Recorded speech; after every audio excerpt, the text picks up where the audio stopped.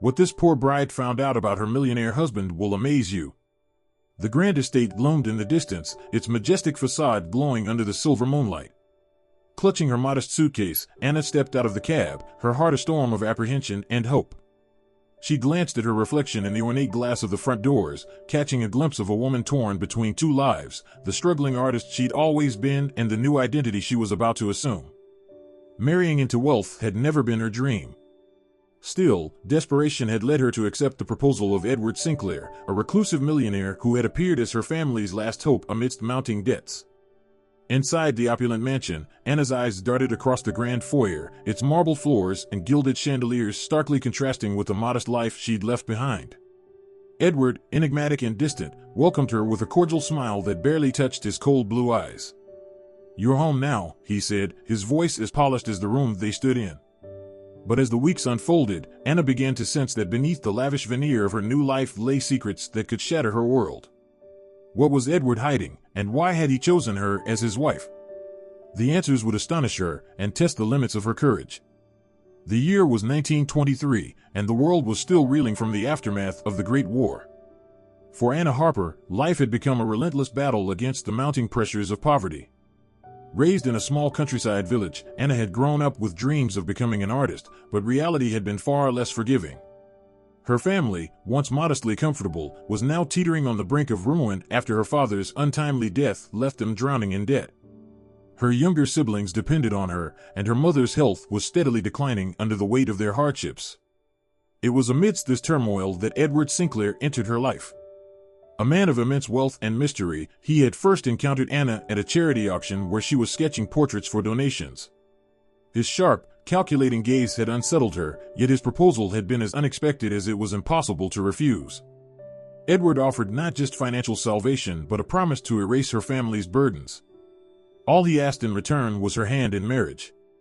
It seemed like a lifeline, though Anna couldn't shake the feeling that his reasons for choosing her weren't as simple as he claimed. Edward himself was an enigma.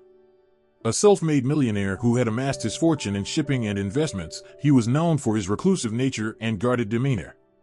Rumors swirled about his past, a broken engagement, a scandal involving his business rivals, whispers of a personal tragedy he refused to speak of.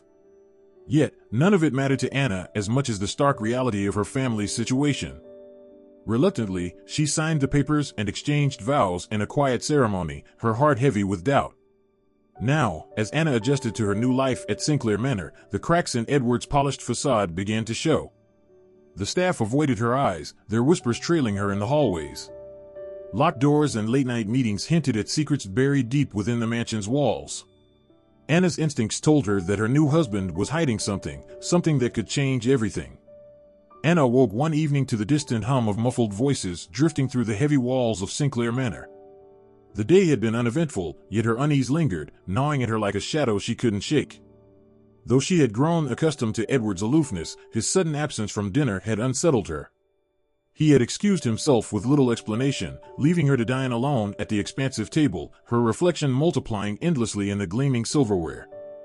Driven by curiosity and a faint sense of foreboding, Anna slipped out of her room, her bare feet silent against the cold marble floors. She followed the sound down a dimly lit corridor she had never ventured into before, her heart pounding with every step. At the end of the hall, a faint light seeped beneath the door of Edward's study. She hesitated, the knot in her stomach tightening as muffled voices escalated into sharp, hurried tones. "You promised no one would find out," a man's voice hissed, unfamiliar and rough. "Keep your voice down," Edward replied, his tone low but firm, carrying the weight of authority. "This is a delicate matter, and I won't have you jeopardizing everything." Anna's pulse quickened. She pressed her ear against the heavy oak door, straining to hear more. A pause followed, then the sound of shuffling papers and the creak of a chair. "You're playing a dangerous game, Sinclair," the stranger said, his voice laced with tension. "If this comes out, it won't just ruin you, it'll destroy everyone tied to your name." Silence hung in the air, thick and oppressive. Then Edward spoke, his voice colder than Anna had ever heard. "That's why it can't come out. And why you'll do as I say." Before Anna could process what she had heard, the voices fell silent. Panic surged through her as she realized they might exit the study. She darted into the shadows of an alcove just as the door creaked open. A man in a dark coat stepped out, his features obscured by the dim light, and disappeared down the hallway. Moments later, Edward emerged, his expression hard and inscrutable, carrying a leather-bound ledger tightly under his arm. He moved in the opposite direction, leaving Anna alone with the weight of what she had just overheard. Her mind raced as she crept back to her room. Questions tumbled over each other in her head. What secret could be so damning that Edward's reputation, and others' lives, were at stake? And why was she suddenly struck with the terrifying certainty that her presence in this house was no coincidence? For the first time, Anna felt a chill that had nothing to do with the grand, drafty halls of Sinclair Manor. Something was deeply wrong, and she was determined to uncover the truth, even if it meant unearthing secrets that Edward had buried far away from prying eyes. The days following Anna's discovery were filled with tension, the kind that clung to the air like a storm waiting to break. Edward's demeanor, usually cool and composed, had grown noticeably strained. Though he remained polite, his smiles never reached his eyes, and his responses to Anna's questions about the house or his affairs became more evasive. The staff, already wary of speaking to her, grew even more guarded, their hushed whispers ceasing abruptly whenever she entered the room. Anna couldn't ignore the nagging unease that followed her everywhere. Her dreams were restless, filled with fragmented images of shadowy figures and locked doors. Determined to uncover the truth, she began to explore the manor's many rooms, paying careful attention to the ones that were locked. It didn't take long to notice a pattern. All the locked doors were clustered in the west wing, a part of the house Edward had explicitly told her to avoid. One afternoon, while Edward was away attending to business in the city, Anna seized her chance. She retrieved a small set of tools she had hidden in her room, ones her late father had taught her to use for fixing hinges and locks around their old house. She knew the risk of being caught was high, but her curiosity outweighed her fear. The first two locked doors yielded little. One led to an unused parlor, its furniture shrouded in dust-covered sheets, and the other to a small, cluttered storage room. But the third door was different. As soon as Anna picked the lock and pushed it open, the air seemed to grow colder. Inside was a study, smaller and darker than the one Edward frequently used. The heavy curtains were drawn, and the faint smell of old books and ink filled the room. A large desk dominated the space, its surface strewn with papers and ledgers. Anna's gaze fell on an open ledger in the center of the desk. The numbers and entries didn't make immediate sense to her, but the names scribbled in the margins caught her attention. One in particular stood out, Harper. Her heart sank as she scanned the page. The column next to her family's name detailed a sum of money, a debt that had been marked as settled. Anna's hands trembled as realization dawned. Edward hadn't chosen her randomly or out of goodwill. He had sought her out deliberately, her family's financial ruin a key part of his decision. But why? What did he gain from marrying her? Before she could delve further, the sound of footsteps echoed down the hall. Panic surged through her as she quickly put the ledger back in its place and slipped out of the room, relocking the door behind her. She darted down the corridor, her heart pounding, and managed to make it back to her room just as one of the housemaids rounded the corner. That evening, as Anna sat across from Edward at dinner, her mind raced. She couldn't confront him yet, not without knowing the full truth. Instead, she played along, feigning interest in his descriptions of the new shipping routes he was negotiating. But her resolve had hardened. She needed to uncover the extent of Edward's plans, and she couldn't do it alone. The next morning, Anna ventured into the village under the guise of running errands. She sought out the town's librarian, an elderly woman named Mrs. Corbin who had been a family friend during Anna's childhood. Mrs. Corbin was delighted to see her and welcomed her with a warm smile. "It's good to see you, dear," Mrs. Corbin said, pouring Anna a cup of tea. "How are you adjusting to married life?" Anna hesitated, her hands tightening around the cup. "It's different," she admitted. "Mrs. Corbin, do you remember my father's dealings before he passed? Specifically, with Edward Sinclair?" The librarian's smile faded, and a shadow crossed her face. "I do," she said quietly. "Your father spoke of Mr. Sinclair often, though not fondly. He owed him a significant sum, didn't he?" Anna nodded, her suspicions deepening. "I think Edward used that debt to force our marriage. But I don't know why." Mrs. Corbin's expression turned grave. "Edward Sinclair is a shrewd man, Anna. He doesn't make decisions lightly. If he sought you out, it wasn't just to settle a debt. He must see you as part of something larger. Anna left the library with more questions than answers, but felt a renewed determination to uncover the truth. That night, she waited until Edward retired to his study before sneaking down to eavesdrop.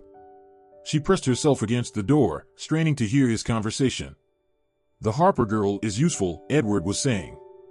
"Her name alone carries weight in certain circles. It's the leverage we need to finalize the deal." "And if she finds out?" a second voice asked, one Anna didn't recognize. "She won't," Edward replied coolly. "Not if we're careful." Anna's blood ran cold. What deal was Edward orchestrating, and how was she a pawn in it? She slipped back to her room, her mind racing. The man she had married wasn't just secretive, he was calculating, willing to manipulate her and her family's legacy for his gain. Over the next few weeks, Anna began to piece together fragments of Edward's plans. Late-night trips to the lock study revealed more ledgers and letters hinting at business deals tied to her family's name. She also uncovered old newspaper clippings detailing a scandal involving Edward and his former fiancée, a woman who had mysteriously vanished months before their wedding. The deeper Anna dug, the more she realized that Edward's secrets ran far deeper than she had imagined. Despite her fear, Anna refused to back down. She began documenting everything she found, hiding the evidence in her wardrobe. She planned to confront Edward when she had enough to expose his lies, but with each passing day, the tension in the house grew. Edward's gaze lingered on her more often, his questions more probing. She could feel the walls closing in. One night, as Anna prepared to sneak back into the study, she found herself cornered by Edward in the dimly lit hallway. His expression was unreadable, but his eyes burned with intensity. "You've been busy," he said, his voice low and measured. Anna's breath caught.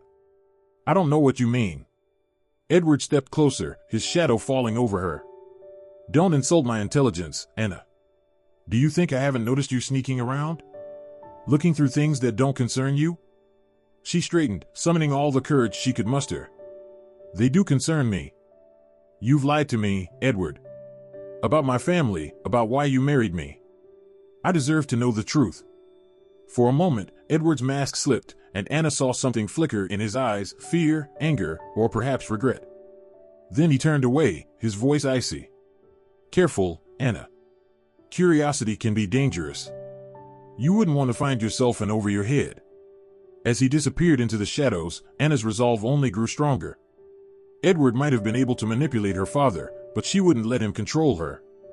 She was determined to unravel his schemes, no matter the cost.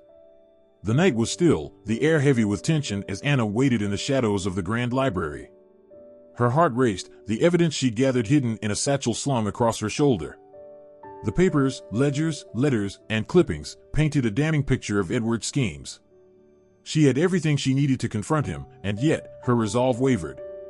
Would he deny it? Would he lash out? The man she thought she married seemed like a ghost now, his true self hidden beneath layers of lies. But she had come too far to turn back. Tonight, the truth would come to light. The heavy oak doors creaked open, and Edward entered, his tall frame silhouetted against the dim light of the hallway. He looked at her, surprise flickering in his eyes before they hardened into a mask of calm detachment. "Anna," he said, his voice smooth as ever. "What are you doing here so late?" Anna straightened, clutching the satchel tightly. "I could ask you the same thing. Or better yet, why don't you tell me what this is about?" She tossed the satchel onto the desk between them, its contents spilling out in a chaotic array of damning evidence. Edward's eyes darted to the papers, and for a split second, she thought she saw panic flash across his face.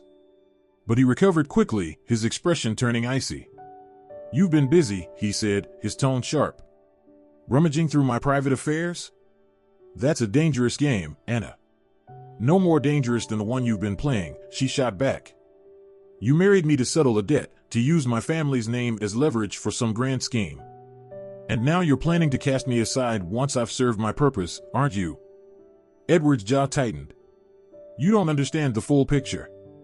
This is business, Anna.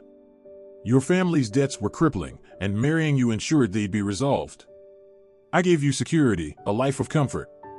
Isn't that enough?" "No," she said, her voice trembling with fury.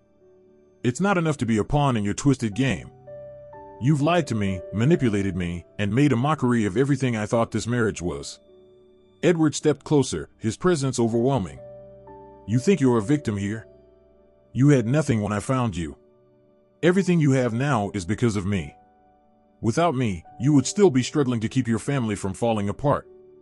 Maybe so, Anna said, meeting his gaze with steely determination. But at least I had my dignity. And I still do. That's more than I can say for you. Edward's composure finally cracked. He slammed his hand on the desk, his voice rising. You have no idea what's at stake. Everything I've done has been to protect what's mine. If I have to make sacrifices, so be it. Sacrifices? Anna countered, her voice breaking. Is that what you call people? Just things to be used and discarded when they no longer serve you? The room fell silent, the weight of her words hanging between them. Edward's shoulders sagged slightly, and for a moment, he looked almost human, a man burdened by his own choices. Anna, he said quietly, his tone almost pleading. You have no idea what I've been through, what I've sacrificed to build this life. But you're right, I've made mistakes. I've hurt people. I never wanted to hurt you. Then prove it, she said, her voice steady. End this now. Walk away from whatever scheme you're running and start over. Or you'll lose more than you ever thought possible. Edward stared at her, his face unreadable. Finally, he nodded, a shadow of defeat in his eyes. Very well. I'll do what I can to fix this. But Anna, some things can't be undone. As Edward left the room, Anna sank into a chair, her body trembling. She didn't know if she had truly won or if this was just the beginning of a new battle. But for the first time, she felt a spark of hope. The game was no longer his alone to play. In the days following the confrontation, Sinclair Manor felt different. Edward's imposing presence seemed diminished, and for the first time since her arrival, Anna felt as though she had reclaimed some measure of control. Still, the future loomed uncertain.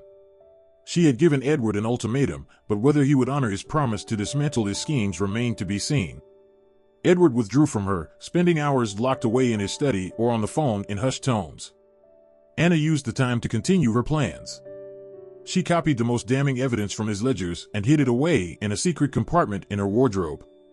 If Edward reneged on his word, she would ensure he couldn't escape the consequences.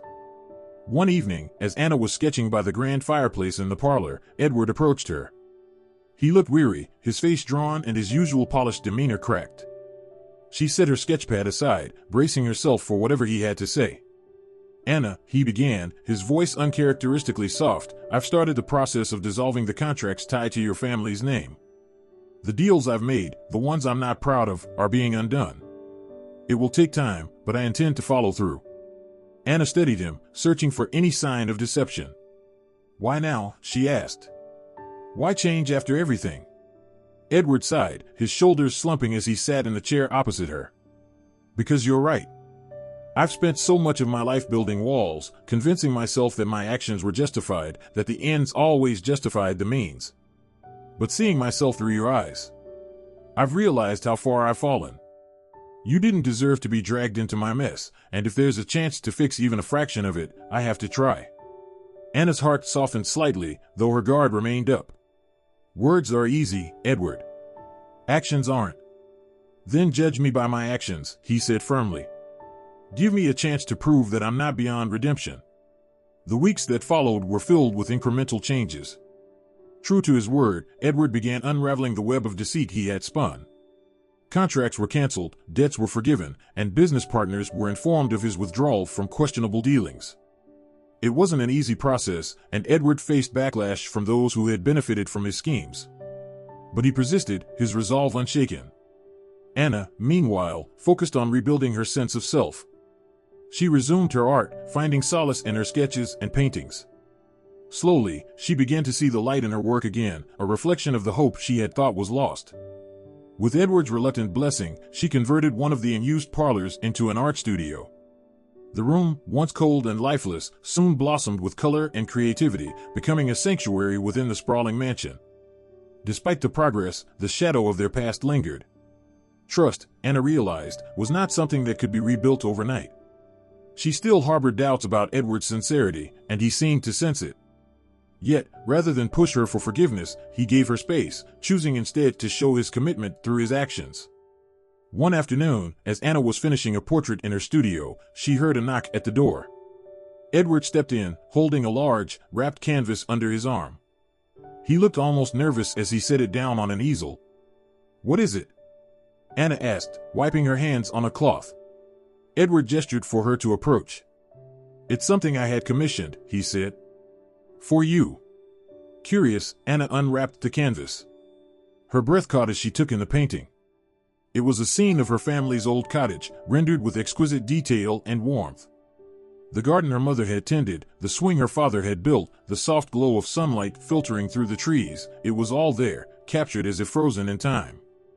Anna traced her fingers over the painted surface, emotion welling in her chest. "How did you?"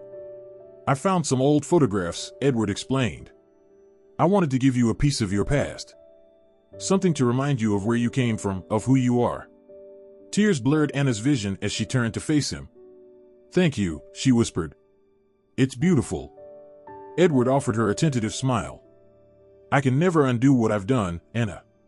But if I can give you even a fraction of the happiness you've brought back into my life, I'll consider that a start." Months later, Anna stood in the garden of Sinclair Manor, surrounded by blooming flowers and the gentle hum of bees. The transformation of the estate mirrored the changes within its walls. Where once the atmosphere had been cold and foreboding, it now felt warm, alive with possibility. Edward joined her, his hands in his pockets as he surveyed the grounds. "The gardeners have outdone themselves," he remarked, his tone light. Anna smiled faintly. "It's amazing what can grow when the soil is tended with care." He glanced at her, catching the double meaning in her words. "You've taught me that," he said softly. As they stood together, the distance between them felt smaller than it had in months. Anna didn't know what the future held, but for the first time, she felt as though they were facing it as equals. Edward's journey toward redemption wasn't complete, and her trust in him was still a fragile thing. But they had both changed, and that, she realized, was a foundation they could build upon. The past would always be a part of their story, but it no longer defined them. Together, they had the chance to write a new chapter, one filled with honesty, growth, and the possibility of true partnership.